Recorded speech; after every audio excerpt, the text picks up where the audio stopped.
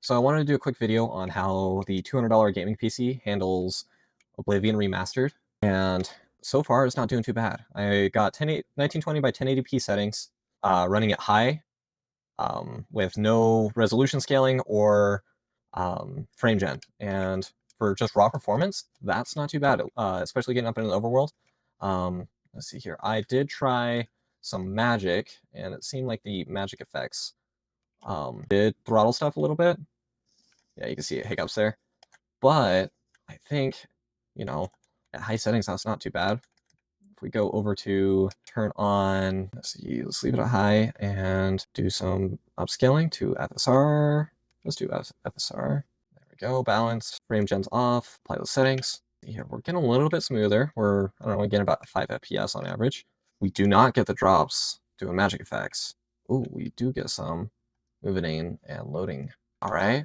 What if we kept it all at high and put frame gen on? There we go. Oh, there we go. We're getting some monster stuttering right there. Okay. Overall, I would call this very playable at high settings, especially for it being underspec'd. I mean, this high settings at 1080p. You can mess around, either put it down to medium and probably set it to lock 60. Getting a little bit of screen tearing there.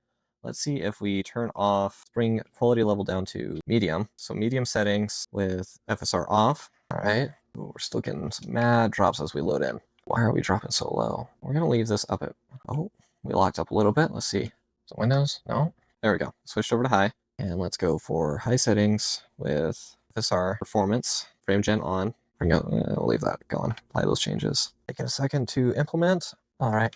Let's see if we get any more hiccups. Back at high settings with FSR and at performance mode. Let's see here. Ooh, getting some mad ghosting with performance mode. You really see with the shield. What if we frame gen off? Still really bad ghosting. Let's cap the frame at 60. Balanced. Weird. Okay. If we did turn off the upscaling, ghosting goes away. See if we can find an encounter here.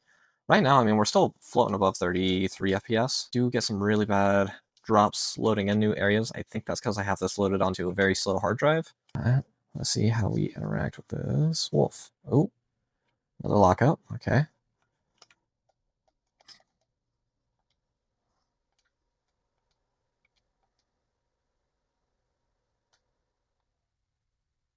Okay, let's see if we bring our graphics down to detected low. All right, we're at low. We're sitting at 40, which is pretty good. We are still getting some huge drops, I think, again, due to it loading off of a pretty slow hard drive. The load times are pretty rough.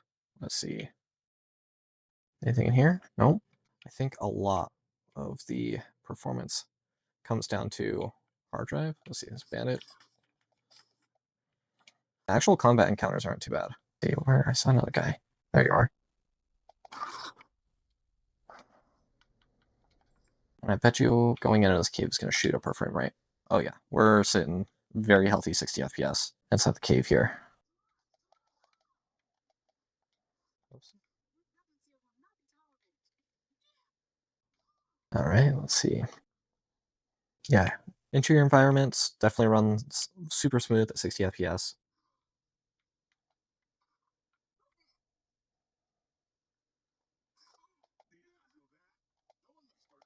So,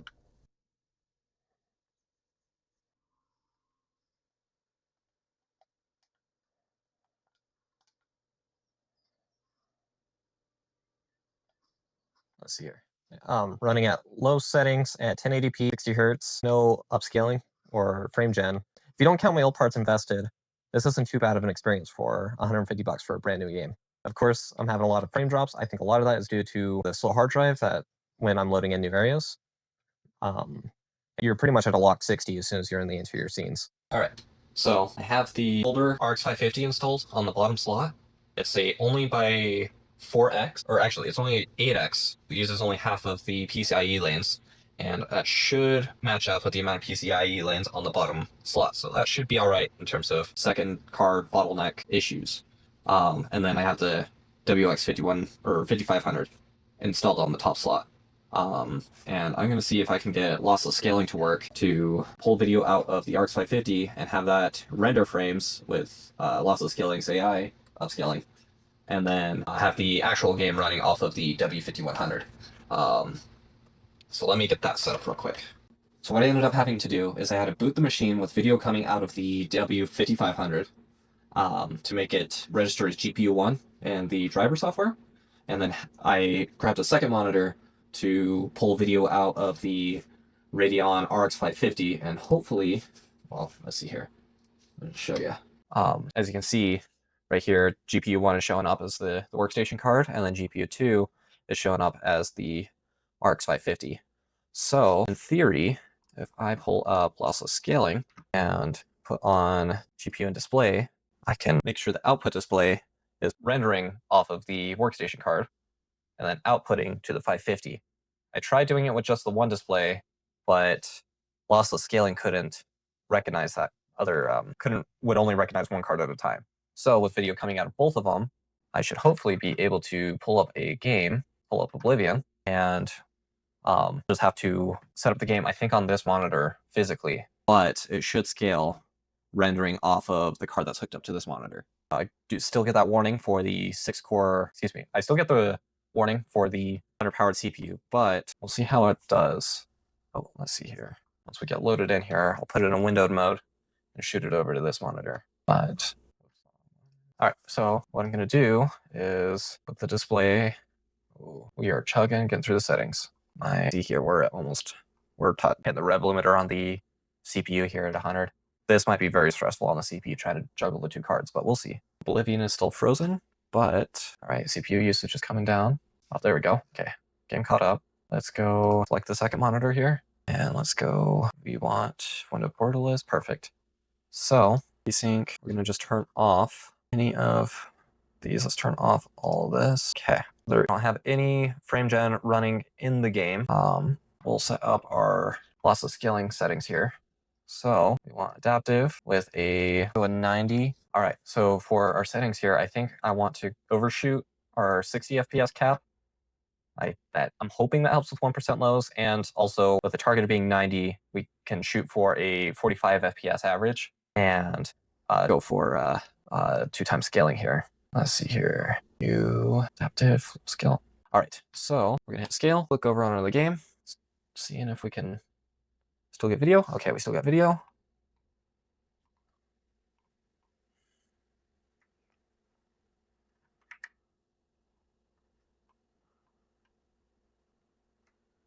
But it might force me into it. Continue our save. So my thinking is we're still going to have some really harsh 1% lows just because of it running off of that really slow hard drive. But once we get in the game, I want to play around with some of the more like picture settings and try and get a little bit higher quality and see if we can strike a balance with a decent frame rate alongside like visuals. Would be running better with a solid state drive. All right, so I had to change the configuration a bit. I ended up having to move Oblivion over to an SSD. I kept crashing just because of it took too long to load in. But here, I'll show you. So here's the settings I'm working with. Switched over to the main monitor so I can get video capture. Have everything pretty much just set to medium. Just kind of see what we got. And I have all the upscaling stuff turned off in game. And in game, we're running around at about 30 FPS. You kind of see a little bit of weird artifacting. Ooh, we're still getting some real rough loading in like frame spikes. But let's see here. Looks like we're still getting some weird visual artifacts. That might be because the RX 550 it decided to start crapping the bed on me. But we're at, I don't know, average about 30 FPS right now. Pretty rough 1% lows. So what I'm gonna do is, so I have lossless scaling set up right here. Here's the settings I'm going with. Again, aiming for that 90 FPS target. Here's how I have this set up. And we will hit scale, click on there, give it a sec, switching over. Okay, we got the new frame. Ooh, yeah, we are. You can see some artifacting on the corners there. Well, we locked up almost entirely here. Let's pause it for a sec. Our CPU is going way up to 100%. Oh, we have another video crash here. Oh, we might have had it looks like we had a full system crash. One sec. I'm going to grab another RX 550 and see if that fixes our problem. So this was a marked bad GPU out of my collection. I just wanted to see if I could make it work for this project, but maybe I'll undervolt it with a later thing. It does seem like the pins are messed up, but I'll figure that out later.